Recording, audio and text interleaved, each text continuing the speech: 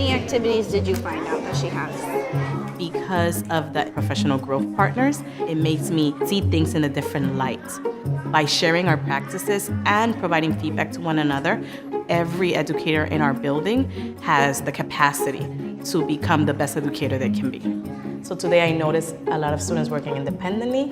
I have some questions, if you notice here.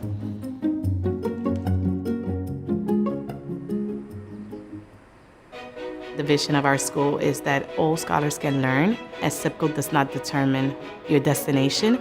Every educator sees the responsibility that they have to all students. When teachers learn and grow, that benefits everyone in the building. Our peer intervisitation initiative is a way to promote professional growth. So we call each other professional growth partners, and we have 6 weeks to go into each other's classroom to observe and learn. Page 59. I mean, initially, when you get anybody in your room, you get a little nervous, but when you're getting observed from your colleagues, I think there's more of like a comfort level, and you learn best practices from one another. So you see strategies that you can then implement in your classroom that could work for your students as well. I'm going to give you the opportunity to read page 60 and annotate important information that helps us better understand Jasmine and her relationship with her family. So usually what we do is we use our prep periods. Every week I'll go to my professional growth partner's room for 15 minutes and then I'll take notes. It's all objective. You're just writing down what you see that the students are saying and doing and what the educator is saying and doing. And you type everything up in order to later on provide the feedback with evidence. When I'm thinking about how to pair teachers, I assign them based on their learning needs, strengths, and also personality.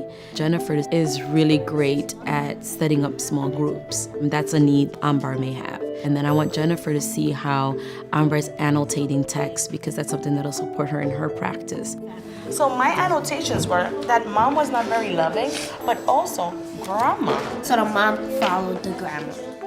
So when I went into Ms. Quinones' room, I was looking to see the literacy skills and how to apply them in math. I noticed Ms. Quinones was modeling annotations. In math, when we problem solve, we also need to make annotation markings as well. So now you guys are gonna have a chance to read it on your own and continue annotating. So when I observe Ms. Agron, in order to prepare to walk into her classroom and get the best out of the experience, I make sure that I check what we have spoken before. Every week, then we build on the suggestions that we have. So how is your triad doing? So you guys solved the problem already? Okay. So after the 15-minute observation every week, we sit down and debrief using the tag form. TAG is, the T stands for tell something you like. I noticed that you were modeling how to annotate, and I really liked how you were like, here's my evidence in the text that supports this.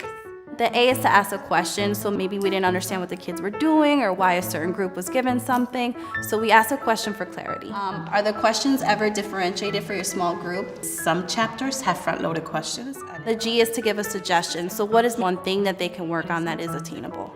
And that's actually great that you said that, because one of my suggestions was maybe you can give students in your small group the question ahead of time so that they can... Definitely is very useful, the feedback. At the end, you have that concrete next step of this is something that you can do. We always email the tag form because we want that person to have that as a reference, and we CC Ms. Sorting.